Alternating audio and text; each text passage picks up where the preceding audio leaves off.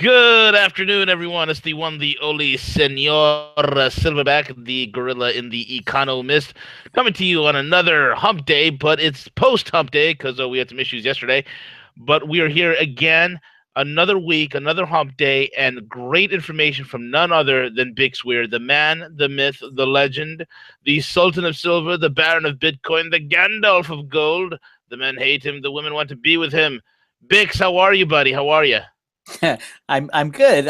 Sorry about yesterday. My son had an ankle injury, and he's a soccer guy, and he was all scared that his future dreams of playing for the U.S. national team would be dashed. But it was only a sprain, so we're all good. All good. His son is a soccer badass. I mean, a serious badass when it comes amazing. Yeah, he's going to graduate from high school in June. He's off to Spain to try his luck in the European League. So yeah, we'll see. Keep an eye out for that last name. That's awesome. Weir. I'm trying to Weir. I'm trying to get him to go with the number 1 on his jersey. So when the fans in the stands say "We're number 1," it doesn't matter which team they're rooting for. He's always the guy that they're rooting for. That's it. He won't do it. He won't do it though. He doesn't want to be embarrassed. That's why. Well, I know, but yeah, it would be so cool. We're number 1. We're number 1. You know, fans chant that. It would be great. Of course. Man, a lot of things going on. I mean, where do we begin? I mean, let's start with your neck of the woods, because I had this weird dream that I actually flew out to Bix and said, "Hey, Bix, I was trying to convince you to get the hell out of California because they're about to secede and you're about to get trapped." And I was like trying to convince you to go, and you were like, "No, I don't want to leave. I got to stay here." And I'm like, "Bix, what's wrong with you? You got to get out before quick. Run to the chopper. It's going to go now, Bix. You got to go quickly. Do it now." I was trying to convince you, with my Arnold accent, man. But what's going on? You got the Berkeley protest, and then I guess we'll get into Trump right afterwards. Well, do Trump first and get into Trump. Now let's talk about what happened in Berkeley. So Steve Bannon's old company, Breitbart, the editor for Breitbart was going to make a speech at Berkeley. Milo. Yeah, Milo. How do you say his last name? Yiannopoulos or something like that? Yes. Anyway, he's a good guy. I'd say he's a libertarian. He's a gay libertarian. So Berkeley should have loved that. But no, but they don't. There's a lot of pent up, unrecognizable, undefinable anger going on in California about Trump, and they just see Trump. They don't see the bigger picture behind the scenes. But Trump really hasn't been showing people the bigger picture either. And I think that will be key to getting the rest of the country around and embracing what he's trying to do. But so there's going to be a speech last night in Berkeley. Berkeley will protest anything, first of all. Let's just get that straight. So there's and it's the city of Berkeley and the campus there. So it's sometimes it's hard to differentiate the two. The students are there anywhere from 4 to 8 years, depending on their, get their triple masters, or depending on how, a lot of them just don't want to leave their, cushy little life in Berkeley. But there's they get their triple bachelors. That's what it is. But there's also it's a big city, and there's a community, and very probably as left leaning as it gets in the whole United States. So I have no problem going into Berkeley when they're not all riled up. But when they're riled up, it usually doesn't get violent. They'll usually smash some windows on University Avenue, anything with like a big corporate name like the Gap. The Gap used to have a store right on University Avenue. At every protest, they'd smash the windows of the Gap. But so there was a 1,500 people protest. They're just looking for something to protest these days.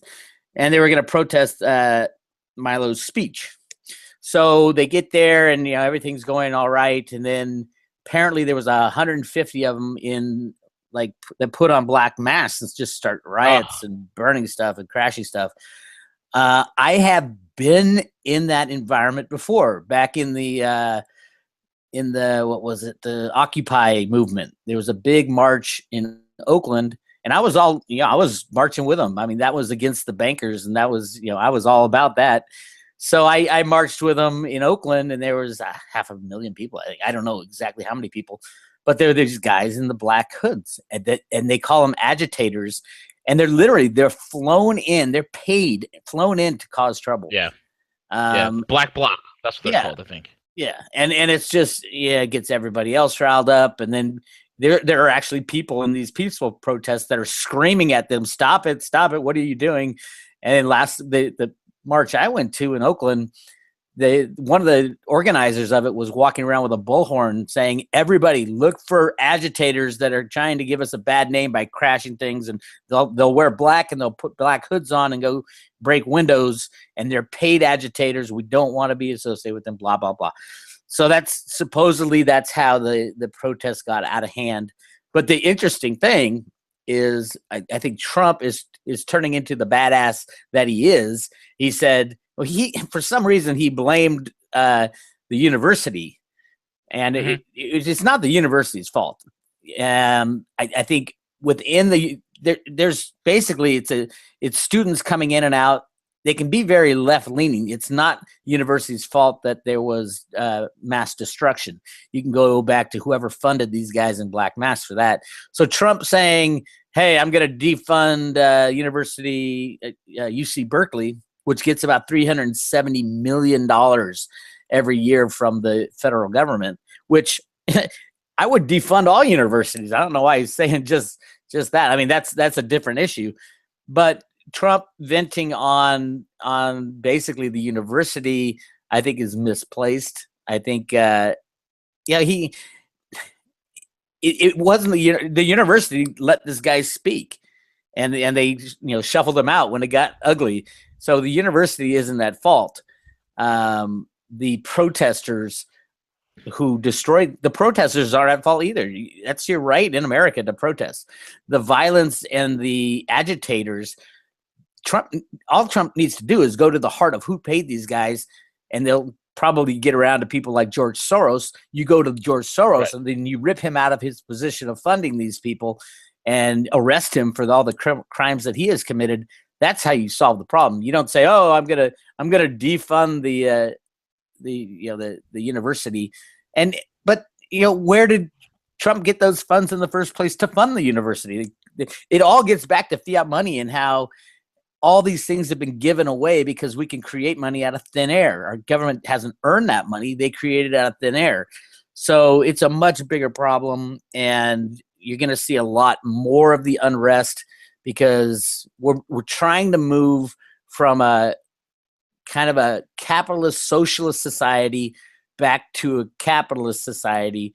And the move backwards from socialism to capitalism is not how it works. It never is how it works. It always progresses from capitalism to socialism to communism. Capitalism meaning private ownership of the means of production and distribution and exchanges. Socialism meaning it is the production and distribution is controlled by the community as a whole with regulations, and then communism is kind of where you end up, where it's the ruling political party, the state owns everything, owns all. There is no private property, and the ruling party is kind of in charge of everything. Then that blows up, and it goes back to a free form of capitalism. That's the way it goes. So we can't go from the type of socialism we've been living in. At least, I mean, I would say it goes back since the invention of the Federal Reserve. But you could say, Obama took it to the max, increased our debt, gave everybody free everything. And then now Trump comes in and says, we're going to return America to something great along the lines of capitalism. Well, you can't go backwards. That's the problem, because you're taking things away from people that you've already given them. They think it's their right to own them.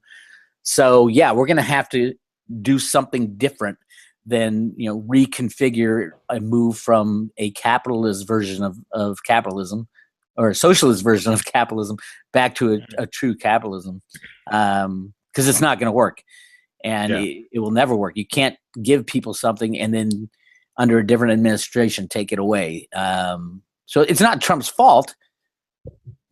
This free stuff started it started becoming free since 1913 when we didn't have to earn our money anymore. We could just print it. So it's everybody's fault. It's just now coming to a head, and it's going to get a lot uglier, unfortunately. And you're going to see, you're already seeing these pacifists turn into activists and militant activists. And there's no turning back. There is no turning back. So we got to go through it, and it's barely started. And Trump's a good guy to have in charge of this thing, but at the end of the day, he's going to have to tell everybody what was really happening in Congress and behind the scenes if he wants everybody to kind of help him get through this stuff. Yeah, absolutely, man. And, the funny thing is, Milo Yiannopoulos, he gave an explanation of what was going down. I didn't realize this, but UC Berkeley at the last minute was pulling the security team. Like they were supposed to provide security. And like a few days before Milo was even supposed to show up, they pulled it. Oh, really? Yeah, we're not going to provide security. If you want security, you're going to have to get it done yourself. Well, I didn't hear that. If they did that, they should have just canceled the event. Right. If they aren't going to provide a secure place for him to speak, if he can't get a secure spot in to vent his feelings, as Berkeley loves to do, then there's a problem with UC Berkeley. And yeah, I would get why Trump would say defund it. And it was like all up and down the many of the California universities that he was hitting. It was the same thing. It was like a couple of days before he would speak, they say, oh, we can't pay for the security. It's going to be. They'd go to the student organization that's organizing this, and they tell these students, these are college kids, they obviously don't have any money, and they'll go up to these college kids and you need to come up with $6,000 for security fees for this event. And the kid's like, what? So the only way Milo got it done was that he had a private donor who remained anonymous because he doesn't want to be threatened or killed. Put up the money because and this is what it is. But the blowback of this whole damn thing is this: is the rest of the country starting to see the left as the absolute unhinged lunatic left that they've always been. And that's the message they're getting across. It's like these people are completely irrational. This is the political fifth column that's out there. And then the question that's starting to rise, that's starting to trend everywhere, is who are these morons in the black masks? Who is the black bloc? And that is starting to really get in front and center with a lot of what the rest of the country is starting to view as. So it's there's a double-edged sword here. Well, I agree, but I mean, where Trump is making a mistake, or maybe it's timing, is exposing the truth to the people, both the economic truth. Tell people that the past administration lied about every economic indicator out there, unemployment and the inflationary everything. Be it that, or be it the monetary truth that they rig the markets every day. Be it the truth behind the pedophile issue within Congress, be it the truth behind the Clinton Global Initiative, be it the truth behind the Bushes and that faction. They don't. Here's the problem: we've been shielded from the truth our whole lives. Us, you, me, and everybody who was born after 1913. We've been shielded from the truth, and if we want to be great, we need to know the truth, and the people have to digest it and man up and say, oh, maybe the religion that I've practiced so devoutly is different. I'm doing something that was done for a reason, and that's a big part of it as well. Which religion is correct? If one of them is correct, the rest are not correct, and that's kind of a big problem. I think they're stumbling over and how to transition out of this world that was fabricated and shown to us to be real into the real world, into what was going on behind the scenes. Why were we told these things about the economy? Why were we told these things about religion? Why were we told these things about society? And we need some truth and honesty. And until we get there, we're going to see, I would say when you have a little banking hiccup, that's the only thing holding back revolution. And revolution is nobody even knows who will be revolting against who anymore. Is it, they say, California is going to secede from the union, but okay, California secedes from the union. What happens? Okay, all the debt that California has is gone, is destroyed, and they don't have a currency, so they'll have to start a California form of currency. It'd probably be blockchain related. But yeah, it's bad. The whole thing is a mess, and it's just going to get worse. And if California and the left want to protest, and they find a person within the administration of Trump to vent all their anger at, Trump's got to come up with the goods. He's got to come up and say, here's why I'm doing this. This is the right thing, and here's why. But he hasn't done that yet. He's just doing the right thing. He's just not telling people why. You there? Yeah, are you there? Hello, snack bar. Yo.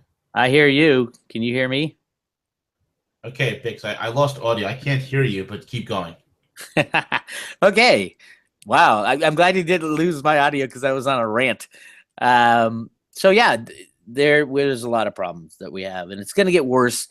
I used to be I wasn't big into people having guns.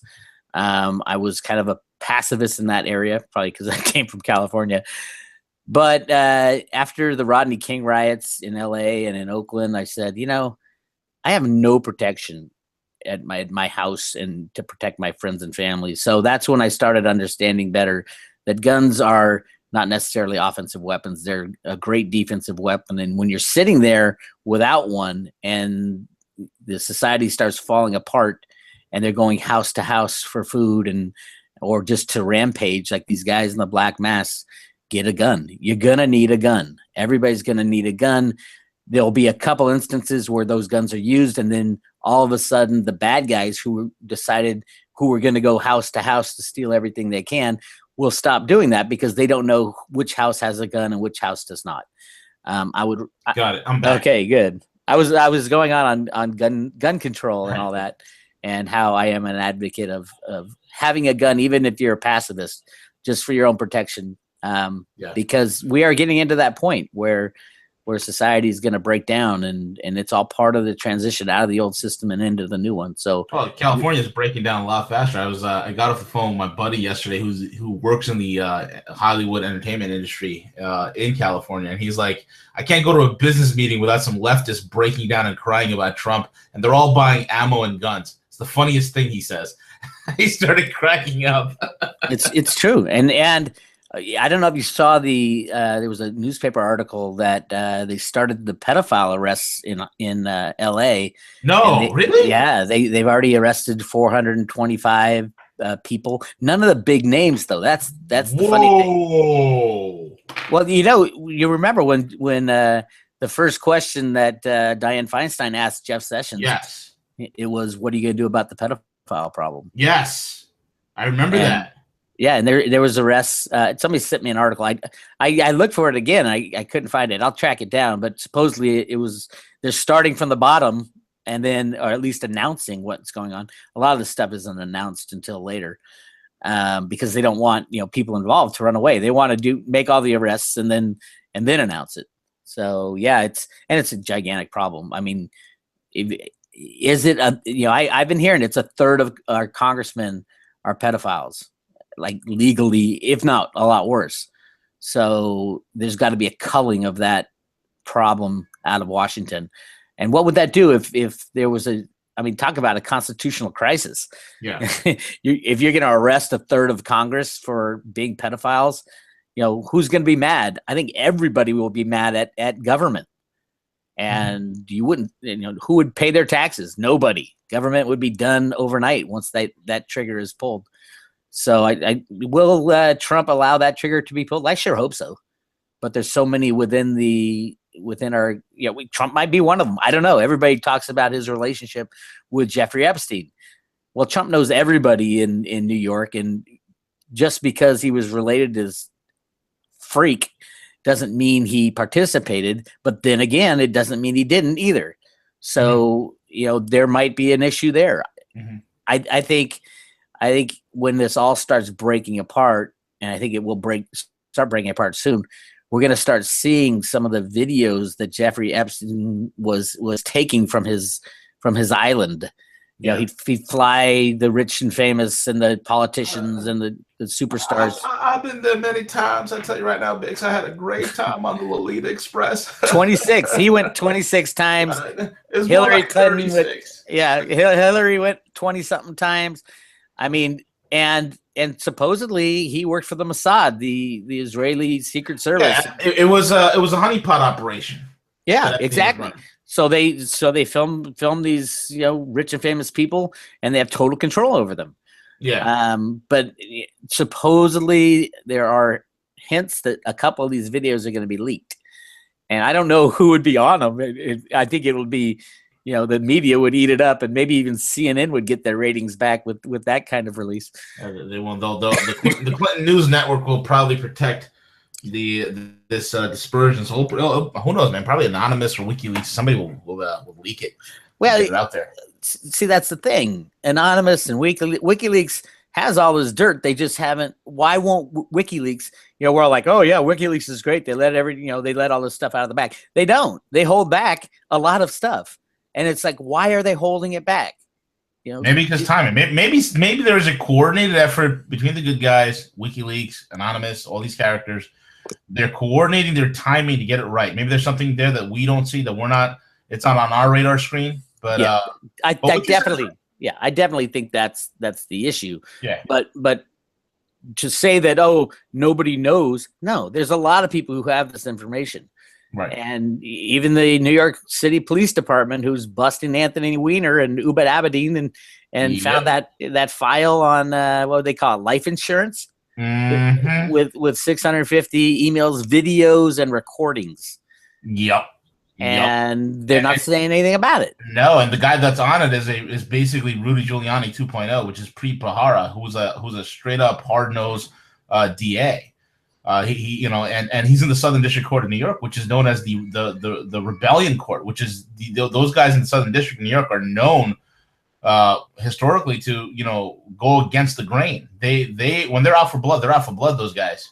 Well, I'll believe it when I see it. Yeah, that's what I'm waiting for as well. But all this stuff is kind of happening in the background. In the meantime, people are getting more and more mad at Trump, and Trump is doing nothing to quell that, which I don't think he should. Trump is acting as if everybody kind of already knows that the system was really screwed up, and he's just trying to fix it.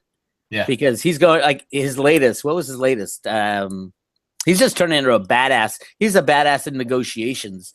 We've all known that. We've all known that. I've a guy I worked with very closely negotiated against Trump for his helicopter, and he said, "Oh, he was the nicest guy," until all of a sudden he clicked, and he just was screaming and yelling at me and calling me a shyster. Well, I think he just did the same thing to the guy in Australia, the Goldman Sachs puppet. What's his name? Malcolm Turnbull. Turnbull. Yeah. So Trump gets on the phone with him, and Turnbull had agreed with Obama in principle that all their, a big chunk of their offshore refugee asylum seekers, like over 1,000 of them would be given to the United States and just let in the country. These are people from Iran and Afghanistan and Syria and Iraq. And Trump is on the phone with him. He's like, "What the hell are you talking about? I am not going to let these people into my country." Right. And, Turnbull's all, he's an ex-Goldman Sachs guy. Yeah. And he's like he leads the Liberal Party in Australia, and he's the prime minister right now. He's like the Hillary Clinton of Australia that won the election. So Trump just rips him a new one, starts screaming at him. Nobody's coming into my country. And by the way, we've got so much leverage. You guys need us more than we need you. And supposedly hung up on him. That sounds crikey, Mike. Crikey. That sounds exactly like a Trump negotiation. Yeah. And Trump negotiations a lot of times never work. He's the first one to walk away from a deal that he doesn't like. Right.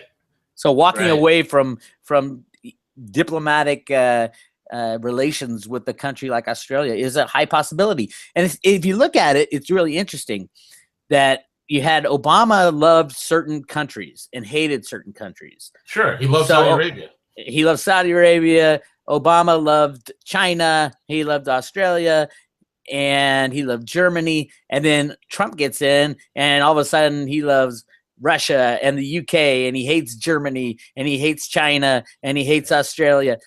But you look at the people who are running, the Chinese and the Australians. Oh, China's kind of out for they're a lone entity. He's just trying to stop them from making all our products, making products and selling it to us. Trump wants to end globalization, which would destroy everything in the monetary system, which is fine. I think that's what we need. But as far as Germany and Australia, this person in Australia, Turnbull, those are part of the bad guy operations. Those are countries that haven't kicked out their bad guy leaders. And when Merkel goes and when Turnbull goes, those countries will pull a Brexit. The interesting thing for Germany is I hear a lot of the German nationals are just giving up on their country and moving to South America, which is really interesting. Yeah, it's they're going the way of the Reich. Well, they should. Yeah, I mean, for various reasons. But the biggest reason is their country has been invaded. It has been invaded. And their government said, yeah, come on in. Doors open for 1 million refugees who want to live however they want to live. They want all the free stuff that the rich state of Germany will give them. And that's what Clinton was trying to do to the United States, and Obama was doing. Open the doors and come on in, have all the free stuff. And what it does, it builds the base of the Democrats and the liberals who want them to vote for them because they're giving them free stuff.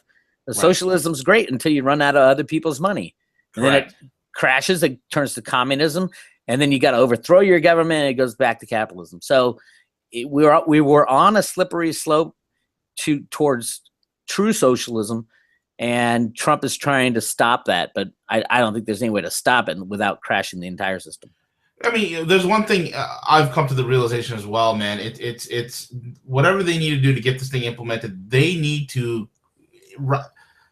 I mean, I never realized the pushback against Trump, against Americans, would be this intense. He needs to crash the system sooner than later. I think he wants to happen. Yeah. I think he wants to.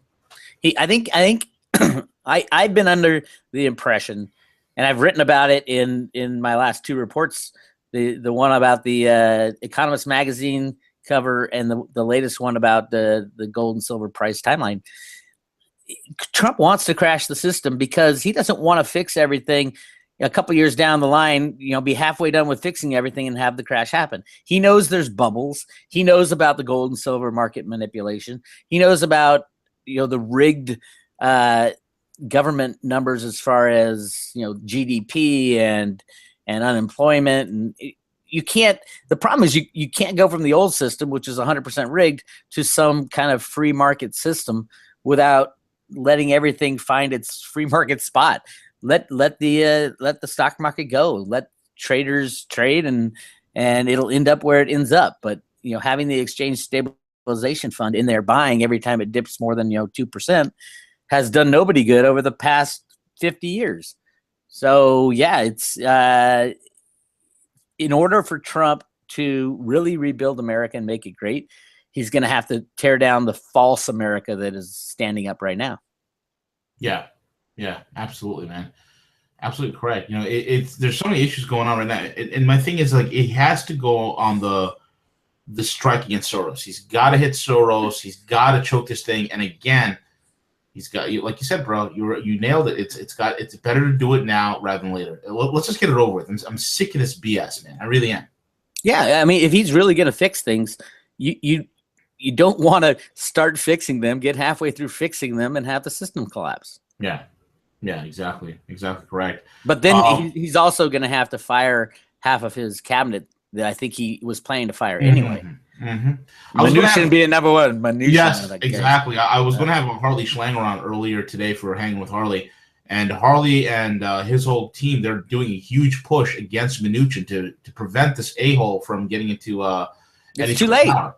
They already got it. Well, Congress has to vote on him now, but they have the votes. Yeah. They already got through the committee by just none of the Democrats showed up, so they just voted anyway. That's right. That's what you talk about, that nuclear option, correct?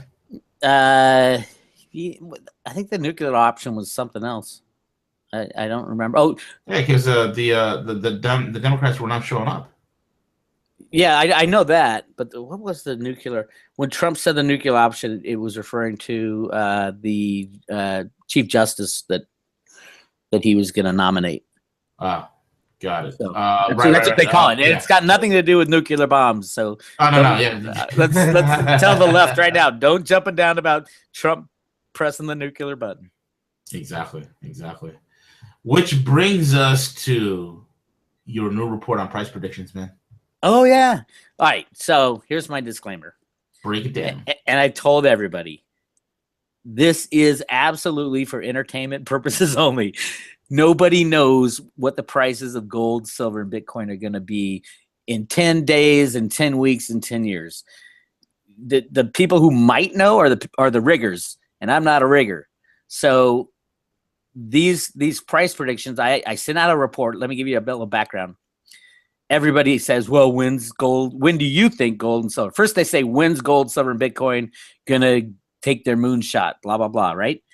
And then I say, well, I don't know, nobody knows. And then they say, well, what do you think? What are your predictions? I've been getting that for like 15 years.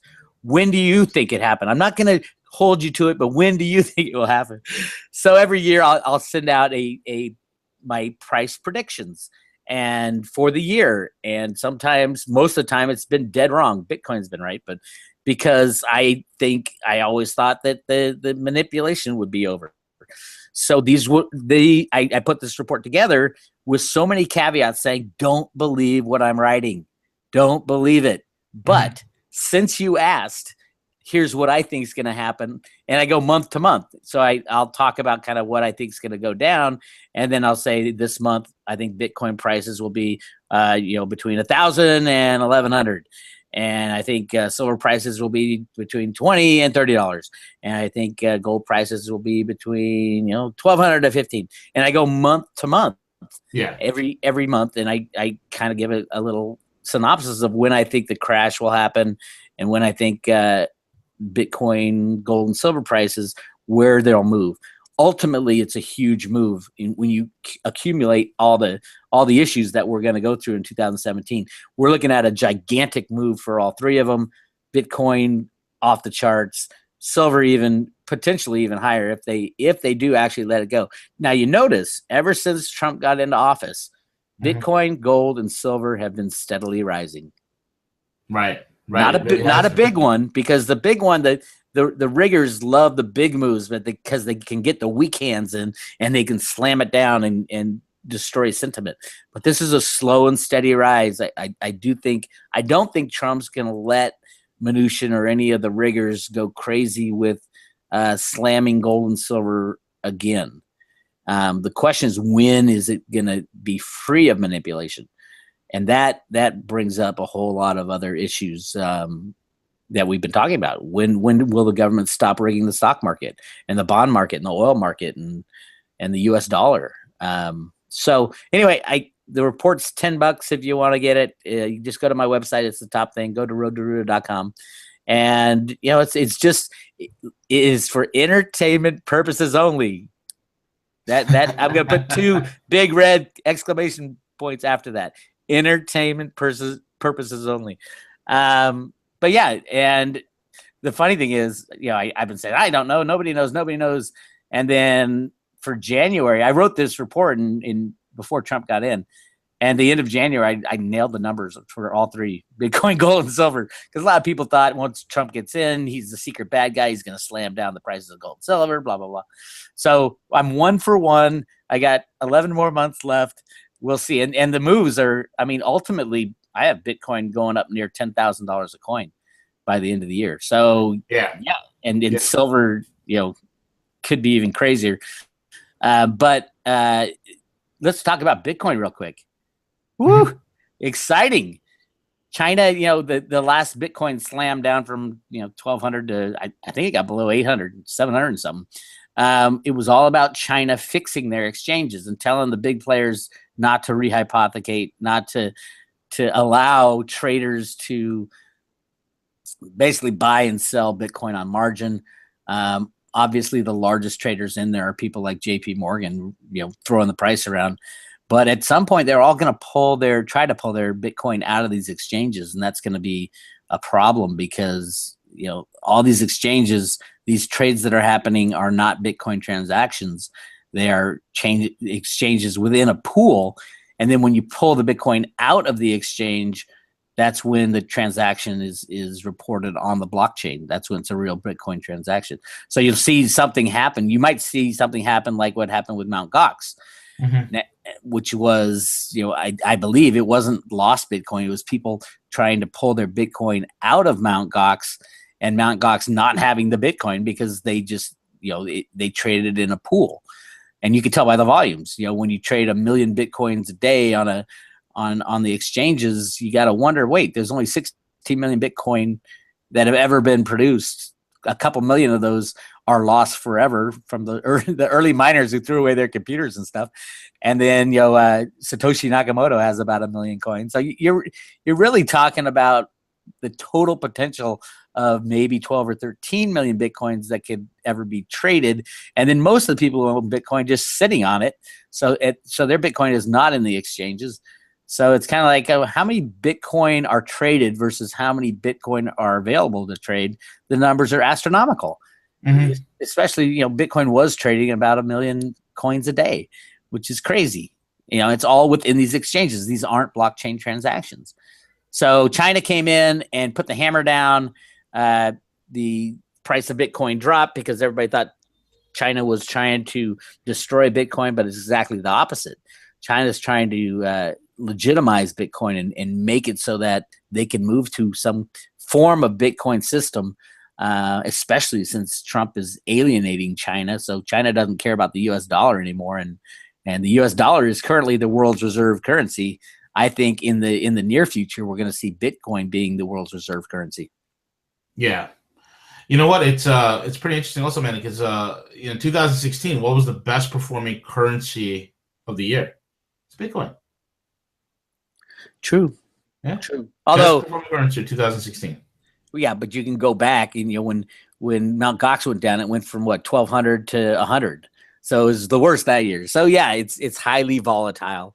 But there's more and more smart people and smart money, especially building out the blockchain infrastructure. Like billions of dollars are going into the infrastructure for cryptocurrencies, blockchain stuff and Bitcoin stuff. So and these the VC money and all that's gone into Bitcoin over the past 7-8 years. They can all buy. Theoretically, if the price didn't move, the total market cap of Bitcoin's only around $16 billion, which is nothing. It's a Warren Buffett could buy all of Bitcoin if the price didn't move when he was bidding on it. He could buy all of it, and of course, nobody wants to own all of Bitcoin because you'd be the only one. The price would go to zero because no one would want it. You're the only guy who had it. It's all about being distributed and being of use to people that makes it valuable and important. And I think it's going to be an amazing technology to help us out in the future. Oh, absolutely, man! I think it's tremendous. And did you get the latest information that the Winklevoss twins, they've figured out a way to speed up Bitcoin transactions? Yeah, but with Gemini, it's a program called Gemini. Well, yeah, but that's a pool. That's a Bitcoin derivative. So I'd say careful with that. Oh, I thought it was a payment thing where they just speed up the payment of Bitcoin. I don't know if it was a pool. No. What they're doing, they're looking to do a Bitcoin ETF. So yeah, I mean, like Coinbase. Coinbase is an online wallet. You can buy and sell Bitcoin, and when you give money to Coinbase, they go out and buy it for you, and they'll put it in your account. Mm-hmm. Now, most of the time, they just use their pool of Bitcoin that they have, and when they need more, they'll go out and buy it. So a Coinbase transaction, Coinbase to Coinbase, is done much faster because you're within that same pool. Yeah. So, but the speed problem will be solved technologically. Cliff High has talked briefly about this, that there is part of the Satoshi Nakamoto code, the original, the Bitcoin operating platform, he said I think it was, I don't know, 50 lines of code in it that would easily solve the speed problem in the future. And I think that'll be another change to the Bitcoin.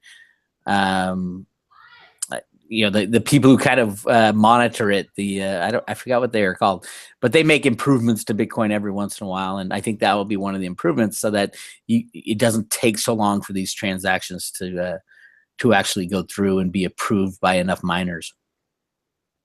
Yeah. I mean, it's pretty funny that exactly what Cliff talked about in terms of not only the price moves of Bitcoin, but also the chaos and confusion that would be in this country at this time period. He was spot on. Oh yeah, I mean, Cliff gets a lot of stuff just completely right, and his only failings, I think, are kind of not putting enough emphasis on the rigging of the markets, how powerful that was over time, and that's all of us. We've all said that the price is rigged, and by buying physical silver you could kill the rigging job. Well, no, you can't, because they'll just sell 10 billion more ounces of electronic silver, and the prices of everything, gold and silver especially, are traded in the derivative market, on the COMEX and at the LBMA. These are derivative exchanges. They are not physical exchanges. The LBME says they're a physical exchange, but we all know they're not by the volumes that they trade.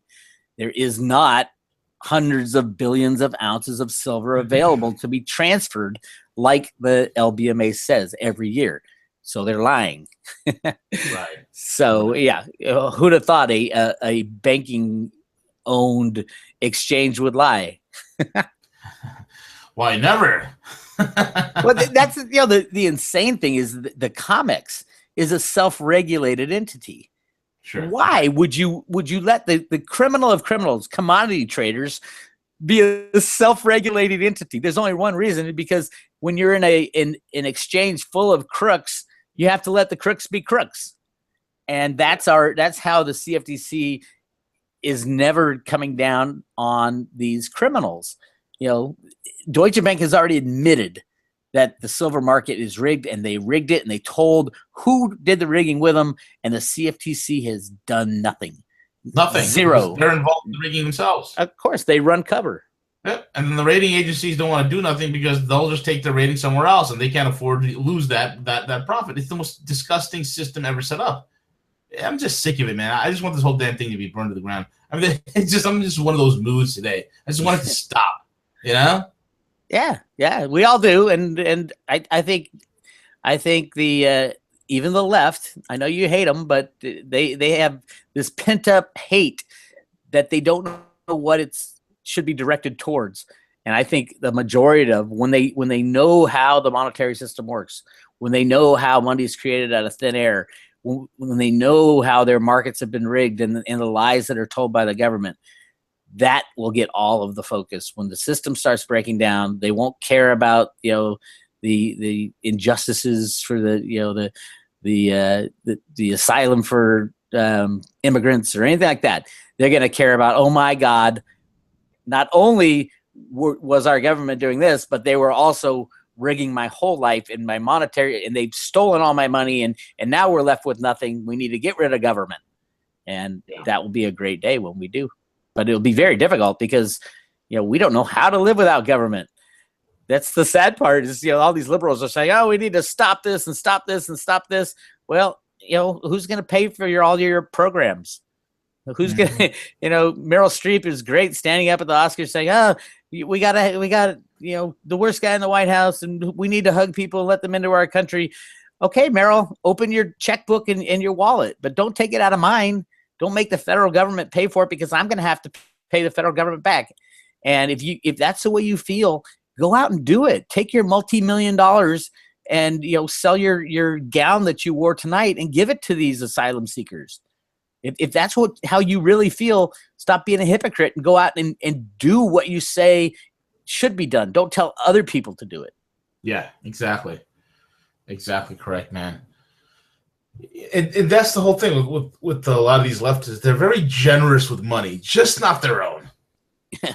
especially Hollywood. I mean, my God, these people get. Somebody told me actors are professional liars. Yes, they are, and they have billions of dollars. Give not just a token of your salary to these causes. Give it all. But don't tell me to give it all. Don't tell me to give anything. If that's what you believe, you do it. And I would love it. That would be the greatest thing, and you will be seen as the greatest human being. But don't get mad at me if I don't want to do what you want to do. I mean, this is one of my favorite bartenders in the Oakland area is a teacher, and I've known her for years. And I was out with some friends, and she knows that she listens to the Road-to stuff on occasion. But I know she is just so anti-Trump, and she has all her, you can find 1 million people within California who will believe what you believe if you're anti-Trump. And I get into this argument with her, and I'm like, I think what you're saying and what you believe is great. Just don't make me believe it. That's all I want you to do. And then she's cut me off. She said, all right, that's it. I'm not giving you any more drinks. I'm like, oh, are you kidding me? Brutal. Not that I was drunk, mind you. At least at that point. Funny. Well, it's what do you think is going to happen, man? Next couple of weeks, bro. What do you see happening? Or not say next couple of weeks. So you'll be back here with me next week, but in the course of the next couple of days, what do you see going on? I see more of the same, more of the hatred building. It depends when these revelations about pedophilia within our higher ranks comes out, because I do think that will come out. I think it's in Cliff's latest report too. Oh, and if you guys haven't bought Cliff's latest report, go to Half Past Human. His February report's out, and digest it and chew it up, and it's good stuff. So I think it's only $15. So do that, buy that. Also, his YouTube video is out of Cliff's latest Wuju. Yeah, Wujo. Yeah, he's brilliant. He's brilliant. Oh, the other thing, and this is both you and me. There's a lot of YouTube pirating going on these days. Like, they'll take this interview that we're having. They're posting to millions of other places and sites. Yeah, and put the monetization on it and run ads, and so I've been starting to fight that fight to say, hey, if it's not your material, then you shouldn't be posting it on your site. It's actually illegal to do that. Right. So please don't. Yes, refer all your followers to listen to the. You can post it, from the site onto your site with the embed function and all that, but don't try to make money off my work or V's work or anybody's work who's not involved in the work, and because that's turning into a problem, especially with the YouTube guys. And I hear that people are starting to get really pissed off. And so if you're hearing this and you post, you download this interview and you put it on your site as your own material, don't do that. Just put a link, either a link or do an embed of the video, and that way you support me and V and everybody who's trying to spread the word. Exactly. And that's why we, you and I need to get together probably after this call or something like that, because we are working on some stuff to fix that problem. We'll probably ready in a couple of weeks. So cool. We'll utilize it for both our things, so it kind of puts an end to all that stuff. Wow, you're so good. You're so tech. Hey, it's not me, man. It's my partners. I got great partners, bro, and thank God for those guys. Those guys are like pirates of the Silicon Valley, man. And they're two Silicon Valley guys. So I'm just like, hey, two techies, man, who just freaking brilliant dudes. I'm like, all right, I'm lucky. I'm very lucky. I'm like, yes, yeah, you're the talent. All you gotta do is show up. I'm just a talking head, man. This whole operation, it's those guys. I mean, without those guys, I'll be nowhere. I'm just a talking head. But I think with the destruction of the mainstream media, I think the alternative media, I don't even call it the alternative media, the YouTube media now, and the websites and podcasts and all that is just going to be gigantic going forward, because it's decentralized. And if you haven't done your subscribe to V's channel yet, do it. Subscribe to my channel as well on YouTube. Do it. Hit subscribe, because that's where you're going to get your news in the future. And I think CNN. I don't think CNN's going to be around next year. I think they have shown themselves as just a real sad case of, especially their pedophile exposure stuff. They refuse to talk about the Clintons and the Clinton Global Initiative, and that'll be shown very soon that they are involved in it as well. So, yeah, a lot to look forward to over the next couple of weeks. Yep, absolutely, man. Hey, once again, bro, would you plug your site and your work again so that people know? Okay, roadtoruta.com. And if you haven't been there, there's a free section right at the top, and there's a bunch of original articles on how the Road to Ruta theory came to be, why these Federal Reserve Bank comic books are so important, and those of you that didn't even know there was comic books at the Federal Reserve Bank need to click on those links, because it all adds up. And the more we're going to see very soon, I think the Road to Ruta theory will be exposed. And when that happens, everybody's going to say, oh my God, the Fed and the U.S. government were printing money on purpose to destroy the dollar to return to a gold standard. That's a big deal. Yeah. And it was all in these comics. So check them out. And if you can find a comic online and Wishes and Rainbow comic, buy it and save it for, like with your original Superman comic. Absolutely, man. It's going to be a collector's item. I believe it. I think so. Who knows? I think so too. I mean, who knows? It's going to be one of those things when people, if this thing all comes out, it plays out as as we say that it's going to, then people are going to be looking back at it and be like, wow, Biggs was right, and this freaking comic book is going to shoot through the moon. True. I'm with you. I got a couple of them. I need to find me one, bro. That's what I need to do. Right. And I need to have it graded and then put into a frame and sealed. Yeah, there you go. That's the key. That's the key. Cool deal. All right, my friend. With that being said, that wraps up another Hump Day. It's a post-Hump Day, and we will catch everybody next week. So also follow me on Twitter at Road I was going to say the Road to Ruta. At the Road to Ruta. Yeah, there you go. Come on along. At the Road to Ruta. You can follow me as at the Rogue Money and check me out on roguemoney.net. There's some great articles up there. American My Dan is up. It's a great article, and as well as the rest of the articles by the team over at Rogue Money. So check that out and follow us on Facebook at Rogue Money over there as well. And again, guys, subscribe to the channel. Subscribe to Biggs' channel. It's super important you guys support us. With that being said, we are over and we're out.